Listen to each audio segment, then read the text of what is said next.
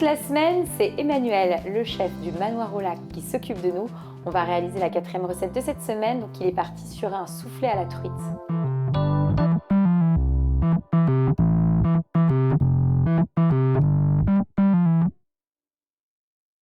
On y va, on commence par quoi du coup, Emmanuel? Par l'appareil à souffler. Exactement, par les truites. Donc là, c'est des truites. Alors, c'est des truites de la pisciculture de la Bresse. Hein. D'accord. J'ai mon fournisseur. Alors, lui, il travaille de la truite arc-en-ciel et de la fario. D'accord. Hein, je travaille, ça fait peut-être un an que je travaille avec lui. Je suis satisfait, content. D'accord. On va mettre... Donc, tu mets ça dans ton robot. Bon, l'idée, c'est un blender ou Exactement, voilà. quelque chose qui va nous permettre finalement de mixer la chair. Exactement, mixer la chair.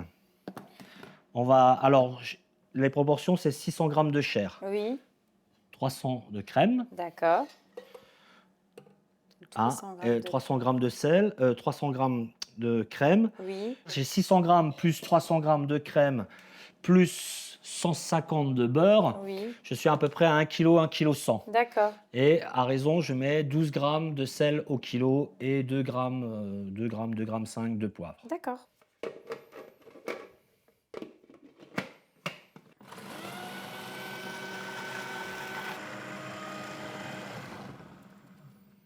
Hop. Voilà. C'est déjà top. Voilà, donc bon. là, on a déjà quelque chose qui est vraiment pas mal. Donc là, on rajoute quoi, On va Emmanuel? incorporer les œufs et le beurre. Ok. Voilà. Donc ton beurre, donc 150 g. Exactement. Voilà. Et ensuite? Les œufs. Tu en mets combien des œufs? Je vais en mettre 3. D'accord. 3, je vais regarder la consistance. Il ne faut pas que ça soit de la terrine, hein. Il faut que ça soit vraiment un soufflé, que ça soit moelleux et léger. Et ensuite, on mixe.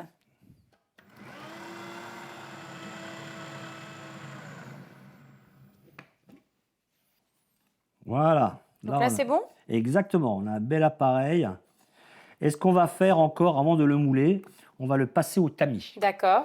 Et bon, on va passer un peu cette étape, hein. On l'a déjà passé parce que ça va prendre du temps, vraiment pour pas qu'on ait d'arêtes de peau. En tout cas, tu me conseilles de le faire pour vraiment retirer Exactement. les arêtes, s'il reste des petites choses, exactement, au moins, pas d'impureté. Exactement, c'est ça. D'accord, ok. Donc, hop.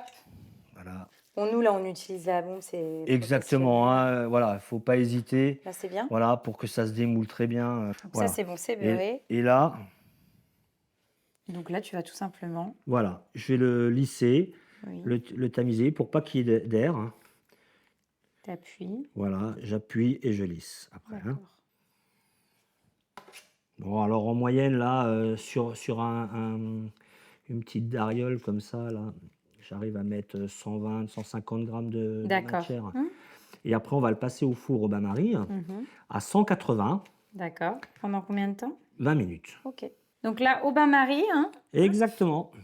Et après, je le mets dans le four? Four 180. D'accord, pendant 20 minutes. 20 minutes. Ok. Et donc, pour accompagner le soufflé, donc tu as préparé une sauce. Est-ce que tu peux m'expliquer comment tu l'as préparée? C'est une sauce à quoi, ça? Alors ça, c'est une sauce Riesling. Hein. D'accord. C'est une base sauce, même une sauce vin blanc, on peut faire.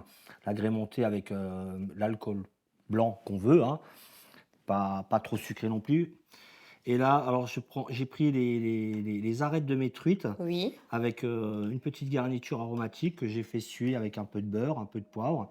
J'ai mouillé avec du Riesling et avec de l'eau, à hauteur d'eau, hein, à peine un demi-litre. Hein, voilà. Je le fais réduire, je le filtre. Après, quand c'est filtré, je le mets dans une casserole, je le fais réduire, je crème, je fais encore réduire, sel, poivre. D'accord. Et après, je mets un peu de beurre que je monte comme ça, ou mixé ou au fouet.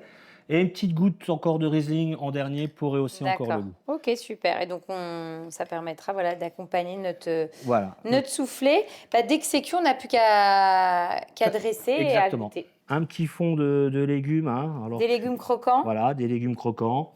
Ça peut très bien être... là, tu as mis quoi? Donc, carottes. Carottes, poireaux, des légumes de saison. Et il y a du fenouil. Hein. Voilà, il y a un peu de fenouil.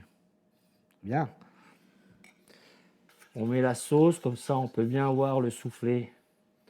Je nappe les légumes. Voilà. Générosité. Voilà. essoufflé. Et là, on le pose. Top. Et ensuite, on peut mettre une petite friture. C'est ça? Voilà. C'est quoi? C'est des épluchures de quoi? De panais? C'est du panais, voilà. Je te mets ça au-dessus Exactement. pour avoir un petit peu de volume. Voilà. Et après, on va goûter. On y va, on goûte? Oui.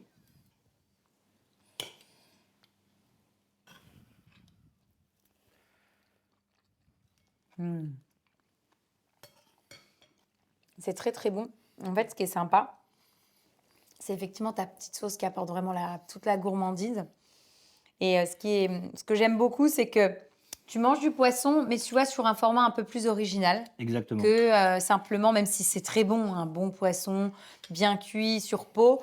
Mais voilà, on est dans quelque chose qui est différent. Et donc, c'est sympa. Et notamment, tu vois, à la limite, pour faire manger du poisson aux enfants ou autres, ça peut être aussi une belle option. Mais même aux adultes, parce que quand c'est de la truite, oui, mais il y a trop d'arêtes, que là, on prend en bouchée et on y va. C'est trop bon. C'est vraiment très, très bon.